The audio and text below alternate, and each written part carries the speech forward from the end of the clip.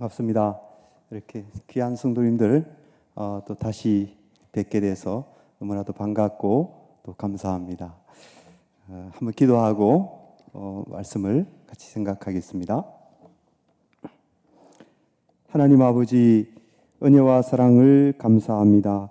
우리를 이처럼 사랑하여 주시고 하나님의 그 크신 은혜와 자비로 우리의 그 많은 죄를 사하여 주옵시고 하나님의 아들이라 딸이라 칭함을 받게 하여 주시고 오늘 이렇게 주님 앞에서 또 이렇게 귀한 은혜의 시간을 갖게 하여 주시니 감사합니다.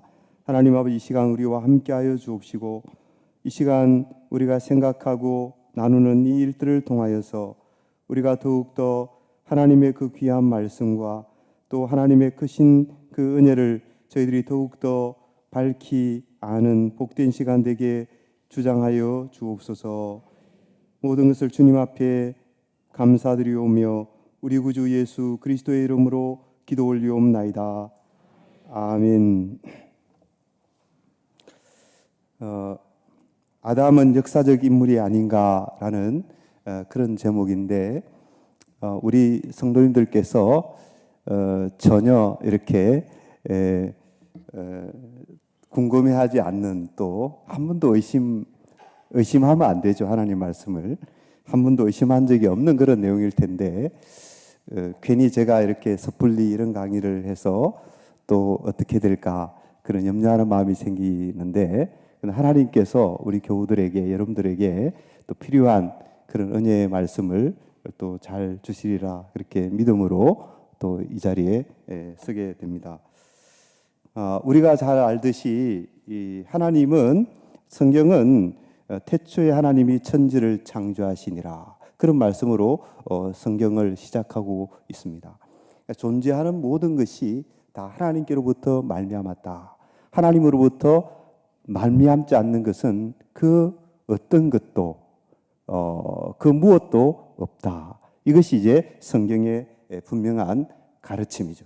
그리고 우리는 그것을 정말 성령의 감동으로, 어떤 인간의 글이 아니라 성령의 감동으로 기록된 하나님의 말씀이다. 그렇게 우리가 믿고 또 신앙생활을 하고 있는 것입니다. 그런데 이제 이 최근의 동향, 최근이라고 말해야 될지 모르겠습니다만은 사실은 처음부터 이런 일들이 있었지 않는가 싶습니다. 창세기 3장부터 벌써 하나님께 반역하는 일들이 있어 왔고, 역사는 항상 이렇게 보면 어떤 일이 있든지 하나님의 말씀을 자꾸 안 믿고 또 불신하고 이렇게 또 심지어 하나님을 대적하고 하는 일들, 홍해를 건너고 나서도 그런 일을 했었고, 또 예수님이 부활하신 사건을 직접 보고서도 그런 일들이 있었으니 오늘날 이런 주장들이 나온다고 해서 특별한 일은 아니지 않는가 생각이 됩니다. 근데 이제 특히 이제 요즘 이렇게 듣는 이야기들을 보면 창세기 1장부터 3장에 나오는 내용은 그것은 신화이다, 그런 주장들이 있고요. 그 속에 기록된 내용들이 신화이니까 당연히 거기에 등장하는 인물인 아담과 하와도 역사적 인물이 아니고 어떤 신화적인 존재, 신화적인 어떤 세계에서나 읽어볼 수 있는 그런 내용이 아니겠는가. 이제 그러면 그게 아담이 누구이냐? 어떤 사람은 그게 아담은 사실은 어떤 이스라엘을 가리키는, 이스라엘을 지시하는 어떤 그런 어떤 존재이다, 이렇게 이제 이야기를 하는 것을 볼 수가 있습니다. 이런 사람들이 워낙 많고 성경을 믿지 않고 이렇게 거부하는 것이 세상의 흐름이죠. 그죠? 그래서 이렇게 복음도 받아들이지 않고 그렇게 사는 거 아니겠습니까? 근데 왜 그렇게 생각하느냐, 나름대로 이렇게 들여다 보면 이렇게 이런 원인이 있지 않는가 생각합니다. 이 세상에 작동하는 모든 것, 이 세상에 작동하는 것은 오직 자연의 법칙과 자연의 힘뿐이라는 사상, 이런 것들이 오늘날 세상 사람들 속에 이제 자리하고 있지 않는가, 그런 생각을 해보게 되고요. 또 여러분들이 잘 아는 것처럼 이 진화론적인 세계관, 동식물을 포함한 현재 세계의 모습은 오랜 시간에 걸친 진화의 결과일 뿐 어떤 하나님이 창조하셔서 이렇게 종류대로 창조하시고 그런 것이 아니다. 이런 어떤 진화론적 세계관, 이런 데 젖어 있다 보니 당연히 하나님 말씀이 믿어지지 않는 것이고 그러다 보니 이것은 이렇게 어떤 신화의 하나일 뿐이다, 이런 주장을 하게 되는 것 같습니다. 그래서 오늘 이제 그 문제, 과연 성경이 그런 책인가? 이제 그런 부분을 이렇게 제가 부족합니다만은 또 저보다 훨씬 더 설명을 잘할 분도 있을 텐데, 그러나 제가 이제 이렇게 생각하고 정리한 만큼 여러분들에게 말씀을 드리고자 합니다. 이렇게 그 미국의 신학자 가운데 B.S. 차일즈라고 하는 그런 유명한 신학자가 있습니다. 아주 저명한 그런 신학자인데, 신화가 뭐냐, 우리가 성경이 신화이냐 아니냐라고 이제 생각을 하게 될 때는, 그러면 신화가 뭐냐를 먼저 따져봐야 될 것입니다. 그래야지 과연 성경이 신화다라고 할 수 있는지 아닌지 그렇게 이야기할 수 있지 않겠습니까? 근데 이 차일즈라는 사람은 신화를 이렇게 정의를 하고 있습니다. 신화는 현재 사실의 구조를 이해하고 유지하는 한 형식이다. 현재를 이해하는 하나의 형식이 신화이다. 그것은 태고에 일어난 것으로 간주되는 어떤 신의 행위가 어떻게 현재 세계 질서를 결정하는지를 보여주는 일에 관심을 갖는다. 여기 이제 태고, 아주 옛날 옛적이라는 거죠. 처음 태고 시대, 그리고 현재, 두 가지 말이 이제 대조가 되죠. 그리고 이 태고에 일어난 것으로 간주되는 어떤 신의 행위가 있었다고 한다면, 그 신의 행위가 현재 삶에 어떤 결과를 가져오느냐, 현재 삶을 어떻게 결정하는가, 자, 이런 일에 관심을 갖는 사고, 이것이 바로 신화적인 사고이다. 그러니까 신화의 세계에 속한 사람은 현재 어떤 일이 일어나도 그걸 어떻게 생각하는가 하면, 태초에 신이 이랬기 때문에 오늘 나의 삶이 이러하고 우리가 사는 환경이 이러하다, 당장 이렇게 생각하는 관점, 이게 신화적 사고다라는 거죠.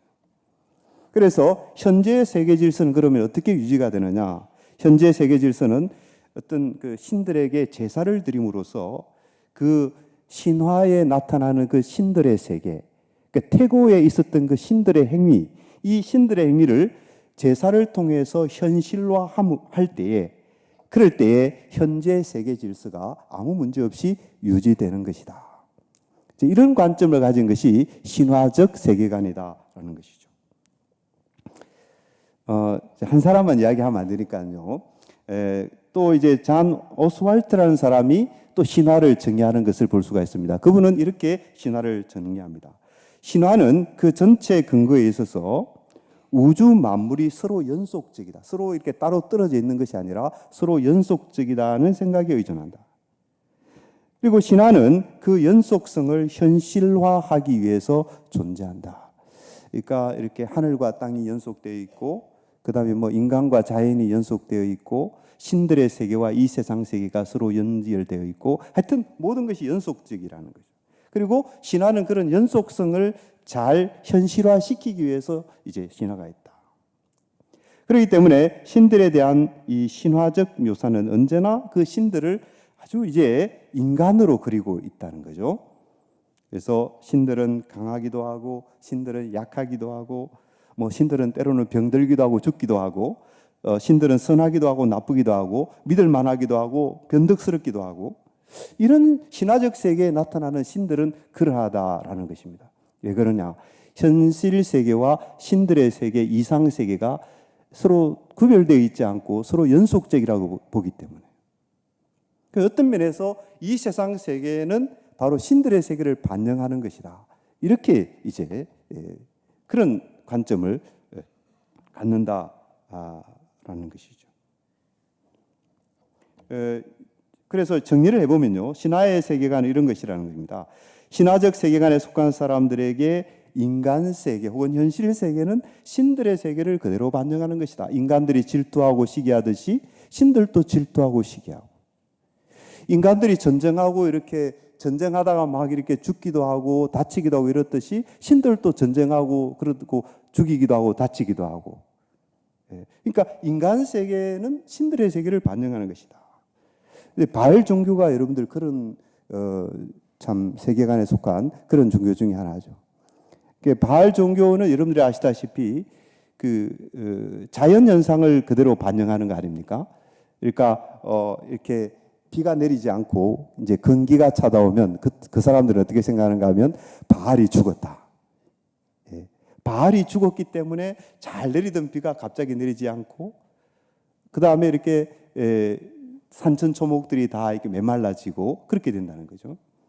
근데 그러다가 하늘에서 갑자기 비가 내리기 시작하고 또 이렇게 모든 것이 잘 이제 돌아가게 되면 그럼 왜 이렇게 됐냐? 바알이 다시 부활했다. 이런 식으로 이제 바알 종교를 믿는 그런 사람들은 그런 식으로 생각을 했다라는 것. 이게 바로 이제 신화적 세계에 속한 사람들의 관점이었다라는 것입니다.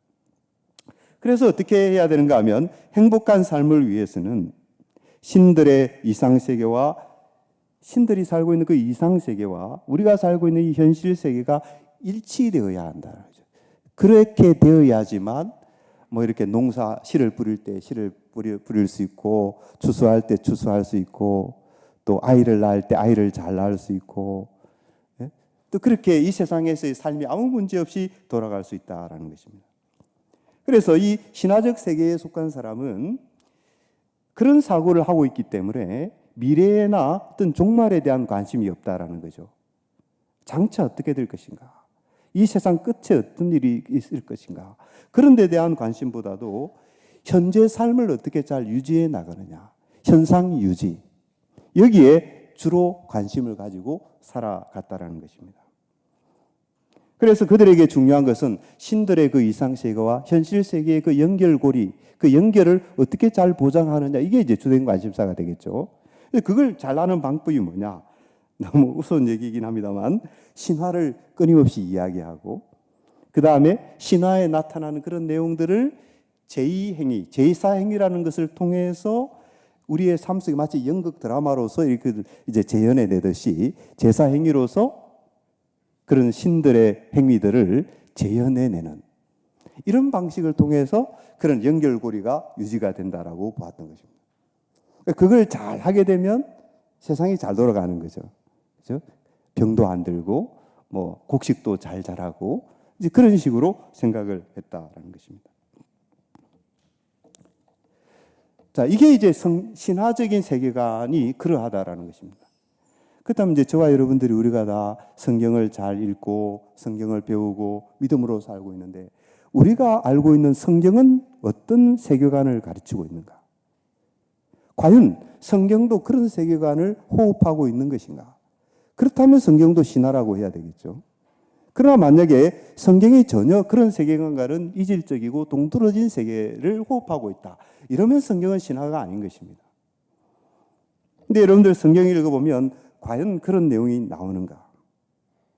성경을 읽어보면 성경은 여러분들이 뭐 너무 잘 아시듯이 하나님의 절대적인 초월성, 그러니까 어떤 이 세상과 신들의 세계가 연속되어 있고 뭐 인간이 신들을 반영하고 이런 것이 아니고 성경은 하나님의 절대적인 초월성을 처음부터 강조하고 있는 거죠. 세상과 구별되는 창조주이시다. 세상은 어디까지나 피조된 그런 것일 뿐이고 그 모든 것을 지으신 전능하신 창조주, 그러니까 세상과는 철저하게 구별되시는 분이시죠. 뿐만 아니라 모든 속된 것, 저속한 것, 그 다음에 또 부정한 것, 저급한 것, 이런 거 있지 않습니까? 이런 모든 세상에 속된 것들과 철저하게 구별되는 정말 거룩하신 하나님. 이사야 선지자 같은 그런 선지자가 하나님을 배웠을 때 화로다, 나 입술이 부정한 나요, 내가 망하게 되었구나. 그렇게 하나님 앞에 무릎 꿇고 통에 자복할 수밖에 없는 그런 거룩하신 분, 철저하게 인간과 이 세상과 구별되는 거룩하신 분으로 하나님을 소개하고 있다라는 것이죠. 그리고 하나님이 이렇게 절대적 초월성을 갖는 분이십니다만은 그렇다고 해서 하나님께서 이 세상과 무관하신 분이냐, 이 세상에 대해서 아무런 관심을 갖지 않는, 세상을 그냥 버려두시는 분이냐, 또 그것은 분명히 아니죠. 성경이 그것을 그렇게 가르치지 않고 있지 않습니까? 그러니까 초월자이시고 너무나도 거룩하신 그런 분이시지만 그러나 그 하나님께서는 이 세상을 사랑하시고 이 세상에 관심을 가지시고 이 세상을 개입하시고 인도하시는 그런 선한 목자이신 하나님으로 성경은 소개하고 있다라는 것이죠. 세상에 대해서 지극한 관심을 가지고 계시고 세상에 대해서 하나님께서 계획을 하나님의 그 완전하신 하나님의 그 무한하신 지혜로서 계획을 가지시고 세상을 다스리시고 운영하시는 하나님. 이 제 이야기가 아니지 않습니까? 성경이 그것을 가르치고 있지 않습니까? 그러하기 때문에 성경에서 나타나는 놀라운 사실은 뭐냐면 역사에 대한 관심이고 종말에 대한 관심인 것이죠. 이 신화적인 세계에 속한 사람들은 역사와 종말에 관심을 갖지 않습니다. 그냥 현상 유지, 어떻게 잘 먹고 잘 살고 문제없이 살다가 그냥 그렇게 하면 되느냐, 여기에 관심을 갖기 때문에 역사가 지금 어느 방향으로 가고 있느냐, 이 세상의 끝이 어떻게 되는 것이냐, 그런 데 대해서는 관심이 없는 것입니다. 그러나 성경은 그렇지 않죠. 역사는 어떤 곳입니까? 역사는 그냥 우연히 지배하는 역사가 아니죠. 하나님의 그 무한하신 지혜가 펼쳐지는 그 하나님의 지혜가 펼쳐지는 공간 아니겠습니까? 그래서 성경은 처음부터 끝까지 역사에 대한 관심이 너무나도 놀랍습니다. 여러분들, 한 민족의 역사를 추적해 가되 창조로부터 시작해서 그렇게 장구한 역사를 집요하게 그렇게 추적해 가는 그런 역사 기록이 어디 있습니까? 사실 팔레스타인 여러분들 잘 아시다시피 너무 작은 곳 아닙니까? 문명으로 치자면 정말 소외된 지역, 메소포타미아나 이집트나 이런 정도 되면 그냥 문화의 중심지고 문명의 중심지라고 할 수 있겠죠. 그런데 사실은 이 메소포타미아나 이집트 같은 그런 곳에 오히려 신화적인 세계가 판을 치고 그래서 피라미드 같은 거 막 만들지 않습니까? 근데 정말 문명에 의해서 소외된 지역이라고 할 수 있는 그런 팔레스타인과 같은 곳에서 성경이 생겨났다는 것이죠. 그렇게 끊임없는 역사에 대한 관심, 끊임없는 종말에 대한 관심. 한 개인이 망하고 한 나라가 멸망을 해도 그 멸망 그 너머의 세계를 바라보았던 것, 이게 종말에 대한 의식 아니겠습니까? 자, 이런 것은 정말 전혀 다른 세계를 호흡하고 있는 것이죠. 신화적인 세계에서 만나는 그 잡다한 신들의 이야기와는 차원이 다르고 정말 다른 세계를 호흡하고 있다라는 것이죠.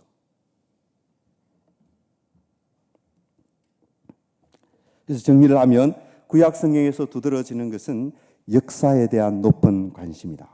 구약을 펼치면 신화의 선이 볼 수 있는 혼란스러운 신들의 이야기가 아닌 시간과 공간 안에서 개인과 가정과 국가를 중심으로 펼쳐지는 장구하면서도 일관된 역사의 서술을 만난다.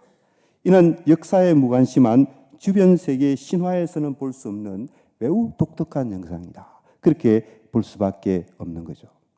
그래서 한마디로 뭡니까? 성경은 신화가 아니다.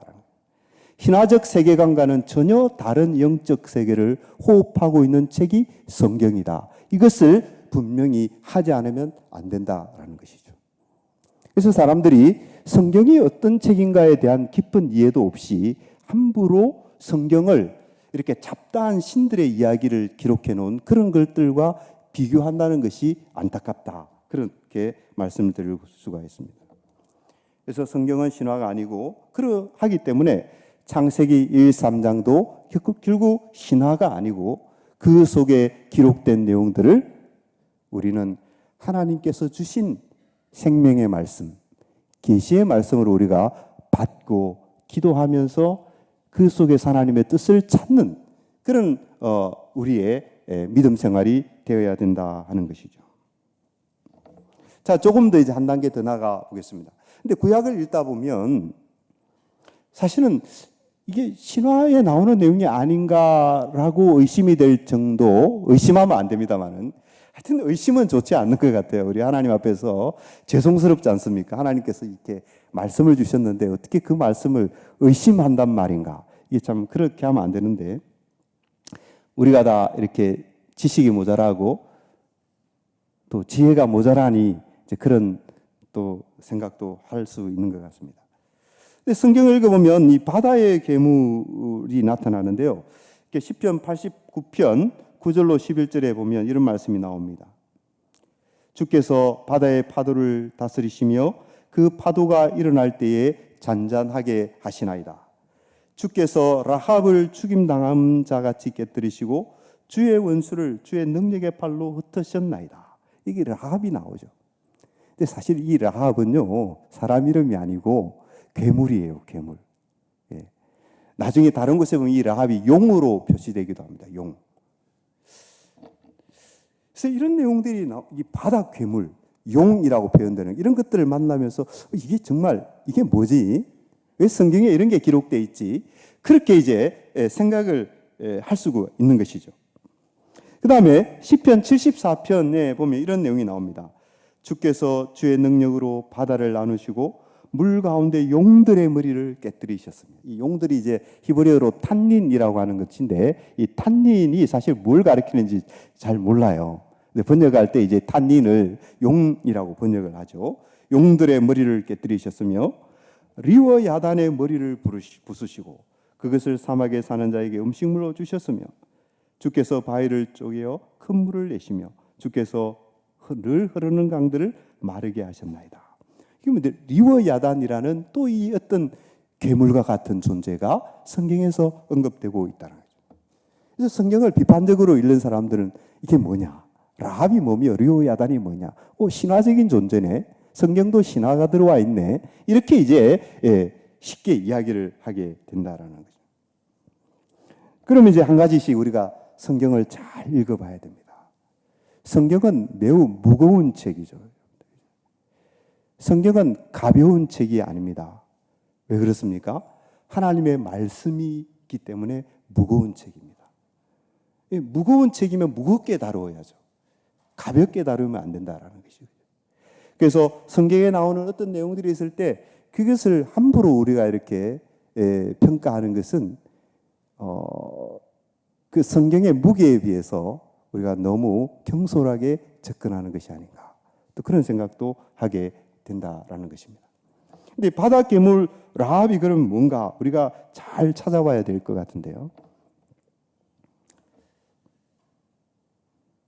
오해하지 않고 잘 이해를 해야 되는데 그 성경에 보면 이 라합이 나오는 용례들이 제가 이렇게 욥기에 2차례, 그 다음에 시편에 2곳, 이사야서에 2곳, 제가 찾아본 것은 이 정도 이 라합이라는 존재가 언급되는 것을 볼 수가 있습니다. 근데 거기서 제가 발견하게 되는 것은 이 라합이라고 하는 이 바다 괴물은 어떤 존재로서 성경에 언급되고 있느냐. 성경에서 이 존재가 언급될 때는 어떤 신화적인 존재로서 그런 의미로서 언급되는 것이 결코 아니고 그것은 하나의 수사적인 수단으로서 언급되는 경우가 많이 있다. 수사법 여러분들 아시죠? 은유적인 표현들. 무엇을 가리키는 은유냐? 주로 하나님을 대적하는 세력들. 하나님의 백성을 핍박하는 그런 이방 나라들, 이런 악한 세력들을 표현해내는 은유적인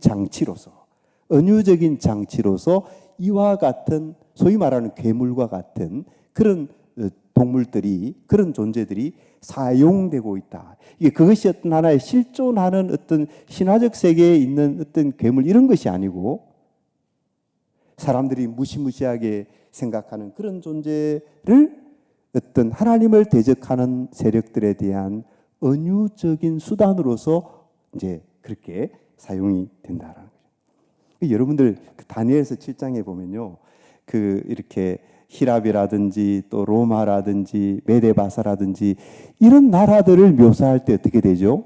그게 보면 뭐 이렇게 철짐승, 이렇게 무시무시한 짐승들이 바다에서 올라오지 않습니까? 근데 그게 실제로 짐승들이 아니죠. 예. 그런 어떤 세상 나라들을 표현하는 하나의 수사적 도구로서 그런 짐승들이 등장한다는 것을 우리는 너무나도 잘 압니다. 그래서 마찬가지로 여기에 라합과 같은 존재도 그런 의미로 볼 수가 있겠다. 예를 들어 보죠. 시편 87편 4절에 보면 나는 라합과 바벨론이 나를 아는 자 중에 있다 말하리라. 보라 블레셋과 구로와 구스여 이것들도 거기서 났다 하리로다. 놀랍지 않습니까, 여러분들? 다 이 세상에 있는 나라들이에요. 바벨론, 블레셋, 두로, 구소 그런 나라들이 언급되는데 거기에 라합이 등장하고 있다는 거죠. 이 라합은 분명히 바다 괴물입니다. 성경 다른 곳에 보면 용들로 표현되기도 해요. 여기서 우리는 무엇을 알 수 있습니까? 아하, 이 라합은 신화적인 존재가 아니고 이 세상 나라들을 표현하는 수사적 도구로 사용되고 있는 것이구나를 우리가 이런 데서 발견하게 되는 것이죠. 이사야 30장 7절에 보면 더 구체적입니다. 애굽의 도읍은 헛되고 무익하니라. 그러므로 내가 애굽을 가만히 앉은 라합이라 일컬었느니라. 그렇죠? 성경 저자는 이것을 신화처럼 사용하고 있는 게 아니에요. 애굽과 같은 그런 하나님을 믿지 않는 불신하는 이방 나라들을 표현하기 위한 장치로서 이 존재를 사용하고 있다라는 것이죠. 이사야서 51장에 보면 여호와의 팔이여 깨소서 깨소서 능력을 베푸소서 옛날 예시대에 깨신 것 같이 하소서 라합을 점이시고 용을 찌르시니가 어찌 주가 아니시며. 여기에 라합과 용이 나오죠, 그죠? 이 바로 라합이 용이고 용이 라합이라는 것입니다. 대꾸법이죠, 그죠? 이 대꾸법에서는 동일한 존재이지만 표현을 이렇게 바꾸어 가면서 묘사하는 방식. 이게 이제 대꾸법의 일종이죠.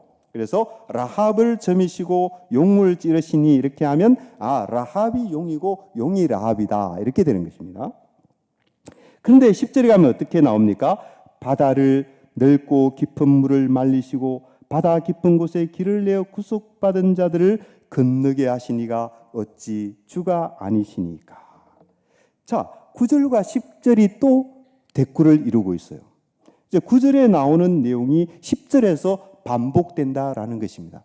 그래서 사실은 10절의 내용이 바로 9절의 내용을 다르게 설명하는 것이다. 이렇게 볼 수 있는 것이죠. 자, 그런데 여러분들 10절은 지금 뭘 얘기하고 있습니까? 무슨 얘기죠? 그렇죠. 출애굽 사건입니다. 홍해가 갈라지는 사건이에요. 그죠? 바다를 이 역사적 사건이에요. 하나님께서 능력으로 이스라엘 백성들을 애굽에서 인도해 내신 그 놀라운 사건. 그것인데 바로 이 바다를 말리시는 이 사건인 거예요. 그래서 우리는 알게 됩니다. 라합을 점이시고 용을 찌르셨다. 이 이상한 표현들이 사실은 무엇을 의미하느냐? 바로 홍해가 갈라지는 그 사건을 은유적으로 그렇게 표현하고 있다라는 사실을 우리가 깨닫게 된다라는 것이죠. 이걸 알지 못하고 성경에 신화가 들어있다라는 사람들은 사실은 성경을 잘 모르는 것입니다. 그래서 라합은 신화적 존재가 아니라 하나님과 이스라엘의 적대적인 이방 세력을 가리키는 그런 하나의 메타포이다, 은유이다 이렇게 말씀드릴 수가 있겠습니다. 그 다음에 바닷괴물 리워야단도 마찬가지인데요. 같은 설명입니다. 구약에 이렇게 찾아보면 한 5군데 이 리워야단이 나오는 것을 볼 수가 있습니다. 근데 이사야서 27장 1절에 보면요, 이 리워야단에 대해서 이런 재미있는 표현이 나와요. 그날의 여호와께서 그의 견고하고 크고 강한 칼로 날랜 뱀 리워야단 곧 꼬불꼬불한 뱀 리워야단을 벌하시며 바다에 있는 용을 죽이시리라. 이런 표현들이 나오고 있습니다. 참 이상하죠, 그죠, 여러분들? 네. 그런데 이 표현들을 보면서 이 라합에 대한 내용들과 이렇게 비교해 보면요, 이 리워야단이 바로 라합과 같은 존재이구나 하는 사실을 우리가 발견하게 되는 것이죠. 욥기에 보면 라합을 이렇게 이야기하고 있습니다. 그는 능력으로 바다를 잔잔하게 하시며 지혜로 라합을 깨뜨리시며 그의 입김으로 하늘을 맑게 하시고 손으로 날렵한 뱀을 무찌르시라니. 자, 여러분들 보세요. 지금 이 구절들도 대꾸를 이루고 있습니다. 앞에 라합이 나오고 뒤에는 날렵한 뱀이 나와요. 그 얘기는 무슨 얘기입니까? 라합이 날렵한 뱀이고 날렵한 뱀이 곧 라합이다, 그런 얘기죠. 근데 아까 리워 야단도 날렵한 뱀이라 그랬지 않습니까? 그러니까 리워 야담과 라합이 사실은 비슷한 존재다라는 사실을 우리가 여기서 이해하게 되는 것이죠. 그 다음에 이사야서 51장에 보면 여호와, 아까 읽었던 본문인데요, 라합을 점이시고 용을 찌르시니가 어찌 주가 아니시며, 그렇게 돼 있죠. 그런데 아까 우리가 봤던 그 리워 야단도 용이라고 표현되어 있지 않습니까? 그렇죠?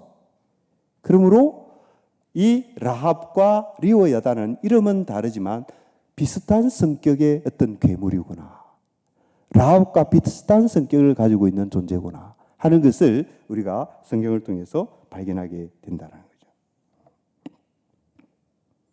그래서 이 리워 야단도 역시 어떤 신화적인 존재가 아니라 이 세상의 어떤 세력입니다. 역사 위에 존재하는 어떤 국가들을 말하는 거예요.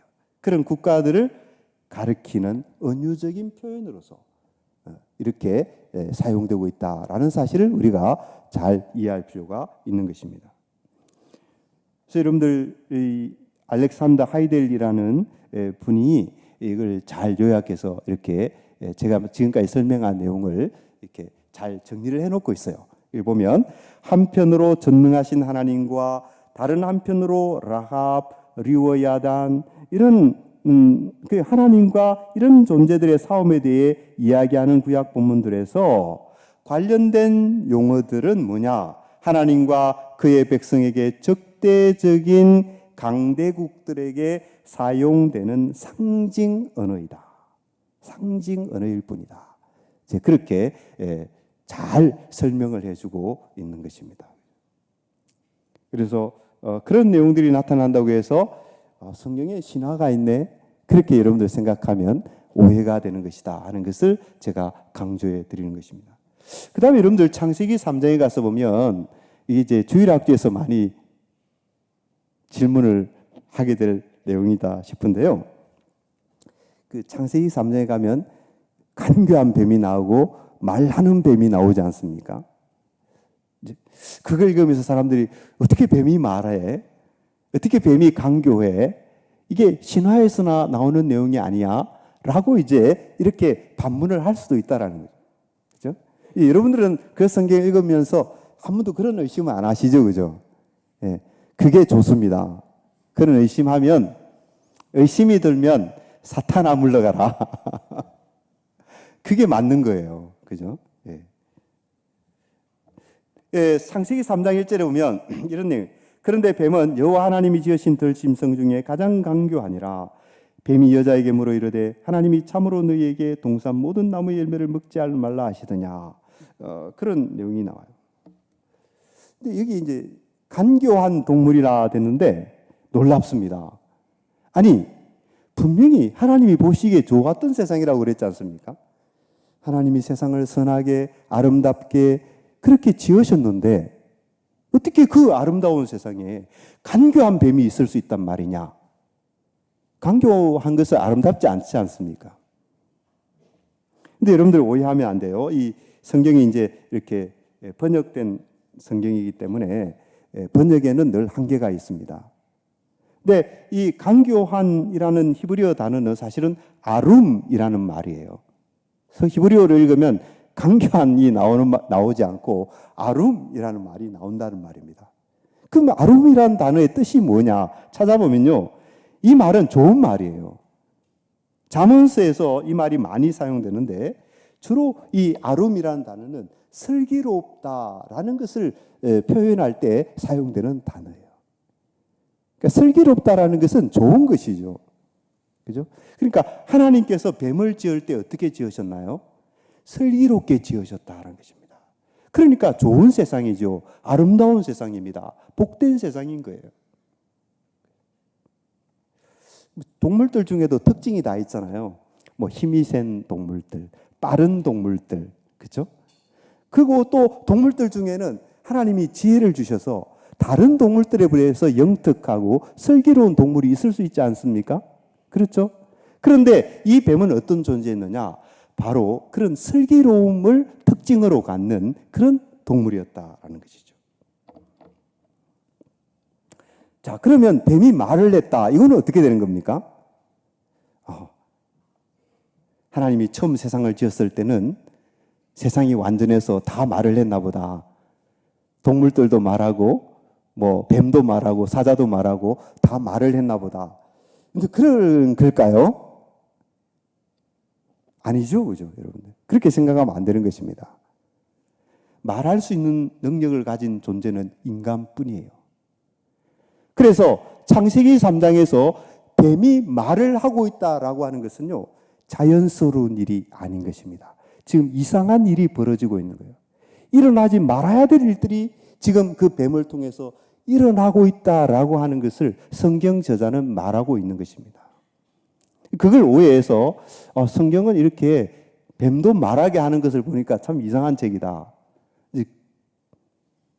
그런 식으로 생각하면 오해가 되는 것이죠. 자, 성경에 보면 동물들이 말하게 되는 경우들이 종종 나타나요. 뭐 발람이 타고 간 나귀도 말한 적이 있었지 않습니까? 또 마가복음에 보면 귀신 들린 사람이 막 귀신의 영향을 입어서 말하는 경우도 있고, 그렇죠. 그런데 이 모든 경우들을 보면 공통점이 뭡니까? 말을 하게 됐을 때 그 자신의 자연적인 능력으로 말하게 된 것이 아닙니다.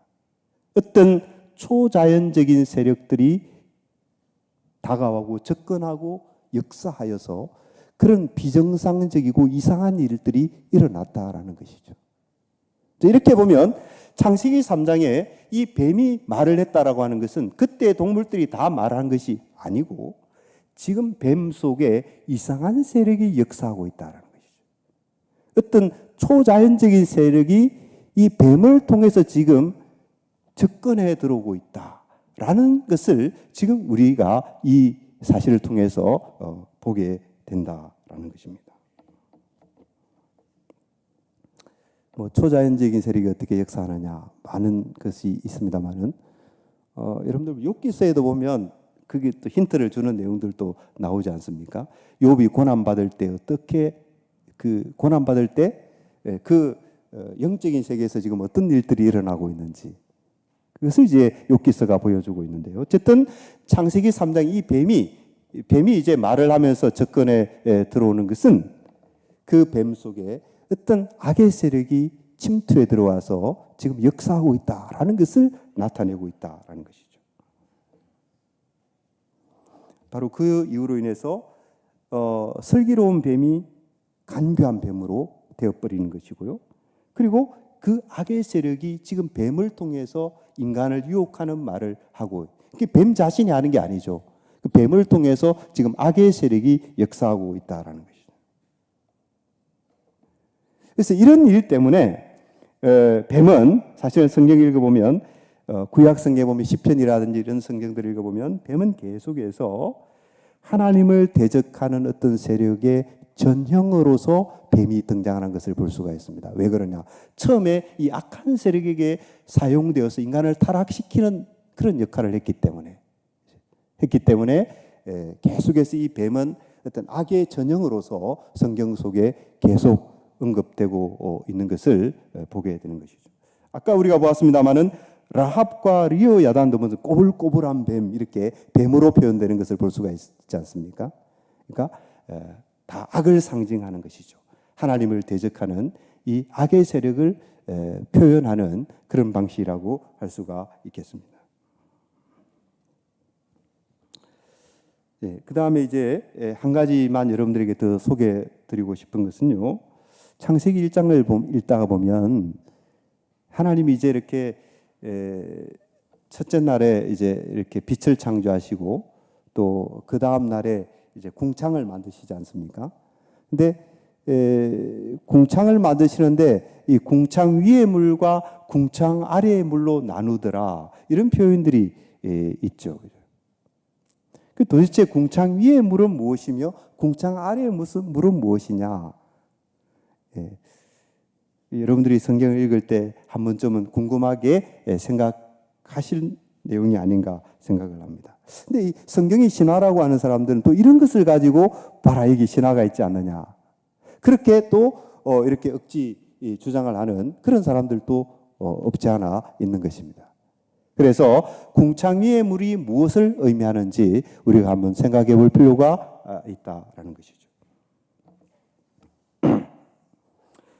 창세기 1장 6절로 8절 제가 한번 읽겠습니다.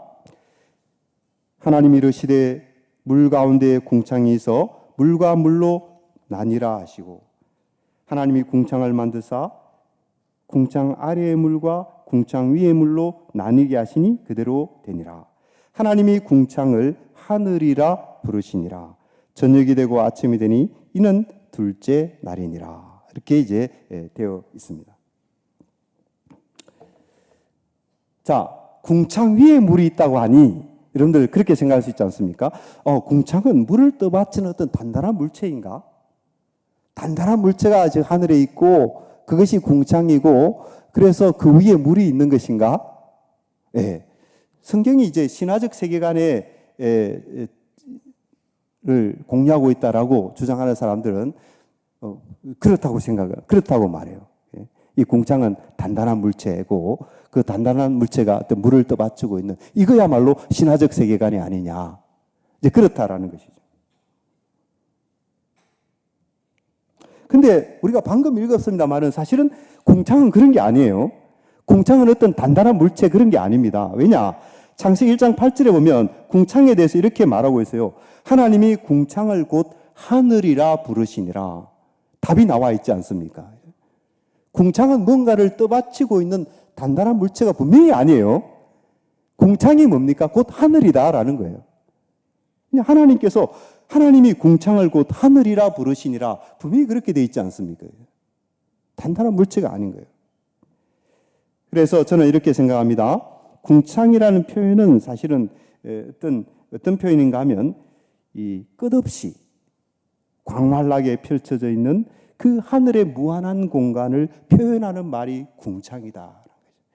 우리가 창공이라는 표현을 쓰지 않습니까? 그것처럼 창공이라는 표현을 쓰는 것처럼 이렇게 끊임없이 광활하게 펼쳐져 있는 그 하늘의 무한한 공간, 그것을 이제 구약을 기록한 기록자는 궁창이라는 말로 표현을 했고 하나님께서는 바로 그 궁창이 하늘이다 이렇게 말씀해 주시고 있다라는 것이죠. 그러면 도대체 궁창 위의 물은 도대체 뭐냐? 이렇게 여러분들이 질문을 하시겠죠. 그죠? 여러분들, 저는 이렇게 생각합니다. 성경을 우리가 이해하기 힘든 내용들이 참 많아요. 그죠? 우리가 하나님 앞에 가서야 비로소 완벽하게 이해되는 그런 내용도 혹 있을 수 있다고 봅니다. 근데 성경에 어려운 내용들이 있을 때 우리가 어떻게 해야 됩니까? 저는 여러 가지 방식이 있겠습니다만 가장 좋은 것은 성경은 성경으로 푼다라는 것이죠. 그 이상 좋은 방법이 있을 수 있을까요?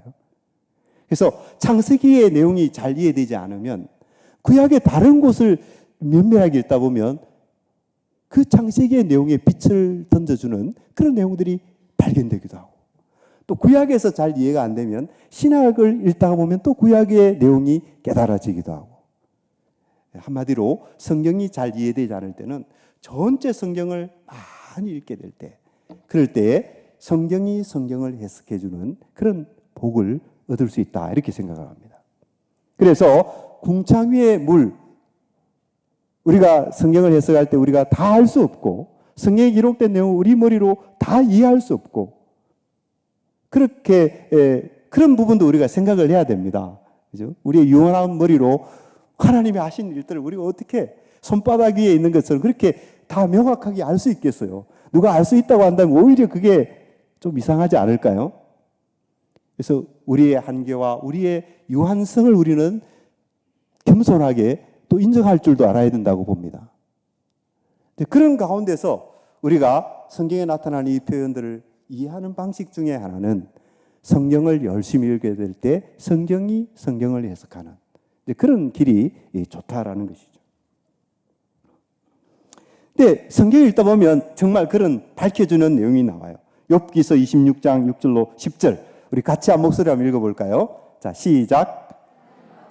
서울도 벗은 몸으로 드러나며 멸망도 가름이 없음이라. 그는 북쪽을 허공에 펴시며 땅을 아무것도 없는 곳에 매다시며 물을 빽빽한 구름에 사시나 그 밑에 구름이 찢어지지 아니하느니라. 그는 보름달을 가리시고 자기의 구름을 그 위에 펴시며 수면의 경계를 그으시니 빛과 어둠이 함께 끝나는 것이나.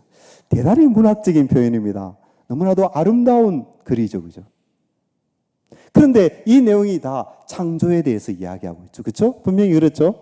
창조에 대해서 이야기하고 있는데 여기에 뭐라고 나와 있어요? 제가 빨간 표시를 해 놓은 곳, 물을 빽빽한 구름에 사시나. 구름이 뭐죠? 물을 감싸고 있는 것이다. 이렇게 욥기는 그런 이해 가운데서 이 구름이 찢어지지 않는다 이런 표현까지 써요. 물이 얼마나 많길래. 그죠? 성경은 성경으로 해석해야 된다는 것이죠. 욥기서 38장 34절에 보면 네가 목소리를 구름에까지 높여 넘치는 물이 내게 덮이게 하겠느냐. 무슨 얘기입니까? 구름과 넘치는 물이 같다라는 얘기죠. 그렇죠? 이런 말씀들을 통해서 우리는 저 광활한 하늘 위에 있는 물이 무엇이냐, 바로 무엇인가를 우리가 이런 말씀들 속에서 답을 얻을 수 있게 된다라는 것이죠. 욥기서 38장 37절에 보면 누가 지혜로 구름의 수를 세겠느냐, 누가 하늘의 물주머니를 기울이겠느냐. 구름이 뭐라고요? 물을 머금고 있는 것. 물이다라는 거죠. 물이다. 물주머니다라는 것이죠. 그래서 우리는 궁창 위의 물이 무엇인지를 우리가 이런 말씀들을 통해서 이해할 수 있게 된다라는 것이죠. 더 놀라운 말씀이 있습니다. 잠언서 8장 28절에 보면 그가 위의 구름을 견고하게 하시며 깊음의 샘들을 힘있게 하실 때에. 성경을 많이 읽으신 분들은 생각나시죠? 이게 어디를 생각나게 만듭니까? 정말 대단하십니다. 예. 노아 홍수 사건을 생각하게 만들죠. 노아 홍수 때 어떻게 홍수가 터집니까? 깊음의 샘들이 열리고 하늘에서 물이 쏟아지죠. 그렇죠? 그렇게 해서 이 노아 홍수가 일어난 것으로 묘사되고 있지 않습니까? 깊음의 샘들이 솟아오르고 하늘에서 물이 이렇게 쏟아져 내리는데 그것이 노아 홍수 기사인데 잠언서 8장에는 바로 그 내용을 이야기하고 있는 거예요. 위에 구름과 깊음의 샘들이 대꾸를 이루고 있다라는 것이죠. 위에 물주머니, 위에서 물을 찢어지지 아니하는 그 물을 머금고 있는 그 위에 구름과 깊음의 샘들이 대꾸를 이루고 있다라는 것이죠. 그래서 궁창 위의 물이 뭐냐? 바로 물을 머금고 있대 그 물이 찢어지지 않도록 머금고 있는 구름을 말하는 것이다 라는 것을 이런 말씀들을 통해서 우리가 이해하게 된다라는 것입니다. 이해가 되십니까? 아멘 되세요? 감사합니다. 제가 사진을 이렇게 넣어봤는데요. 여기 밑에 바다고요. 그 바다 위에 있는 구름이에요. 그렇죠? 지금 잘 실감이 안 나죠? 근데 그 다음 사진, 이건 뭡니까? 비행기에서 찍은 구름 사진이에요. 정말 저걸 보면 여러분들 바다라는 생각이 듭니다. 운해, 그죠? 구름 바다. 정말 그 비행기의 속도가 얼마나 빠릅니까? 무지무지 빠르죠. 그 무지무지 빠른 비행기를 타고 날아가도 끝도 없이 펼쳐져 있는 운해입니다. 그 욥기서는 그것이 물을 머금고 있는 곳으로 그렇게 욥기서가 이야기하고 있는 것이죠. 그래서 창세기 1장은 신화적 세계를 호흡하고 있는 것이 아닙니다. 하나님이 지으신 세상을 성경이, 물론 그 성경 말씀 속에는 하나님의 뜻을 계시하고 있어서 그 속에는 많은 의미들이 같이 함축되어 있을 수도 있겠죠. 그죠? 어쨌든 중요한 것은 거기에 나오는 내용들이 어떤 신화적인 내용과는 전혀 다른 것이다 라는 점을 여러분들에게 다시 한번 말씀해 드리고 싶은 것입니다. 궁창의 물이란 고대인의 신화적 세계관을 나타내는 표현이 결코 아니다. 그것은 물을 감싸고 있는 하늘의 구름을 가리키는 비유적인 언어이다. 그렇게 제가 말씀을 드리겠습니다. 이제 끝을 맺겠습니다.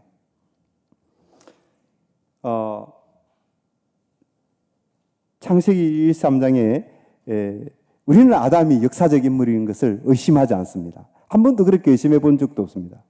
그러나 이 세상에서 그런 도전들이 들어오기 때문에 사실 이런 시간이 필요한 줄 압니다.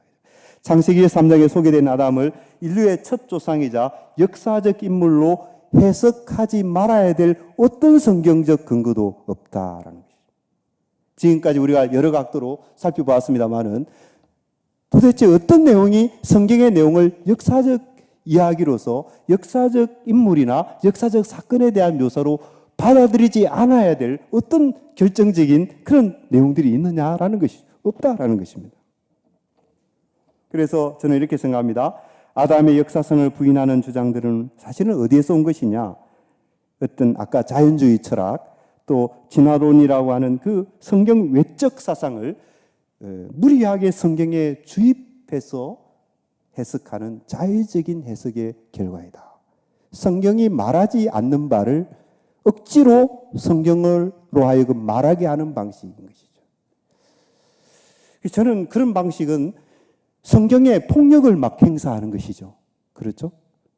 성경은 말하지 않는데 성경을 해석하는 사람들이 억지로 자기 말을 거기다가 주입해 넣으니까 그게 뭡니까? 성경에다가 폭력을 행사하는 그런 방식의 해석이 아닐까요? 그죠?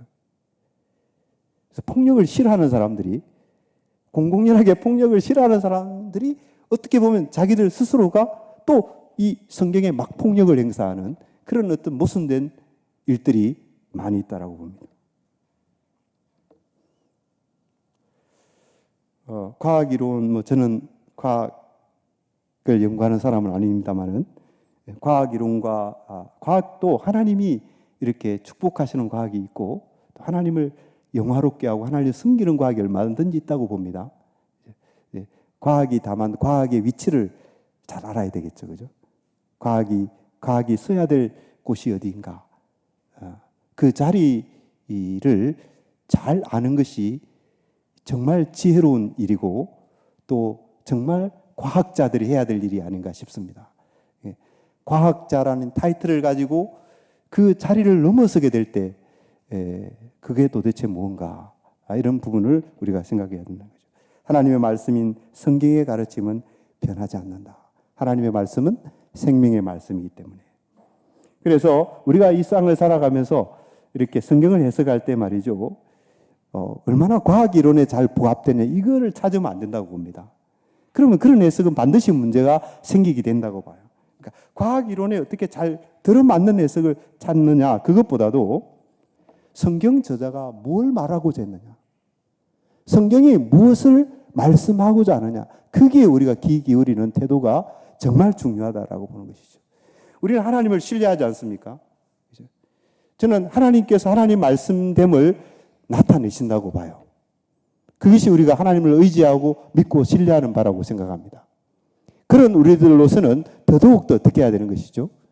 성경 말씀에 굳은 신뢰를 가지고 성경이 뭐라고 하는지 우리가 겸손한 마음으로, 기도하는 마음으로 그렇게 하나님 말씀에 귀 기울이는 그런 우리의 태도가 정말 중요하다, 그렇게 생각하는 것이죠.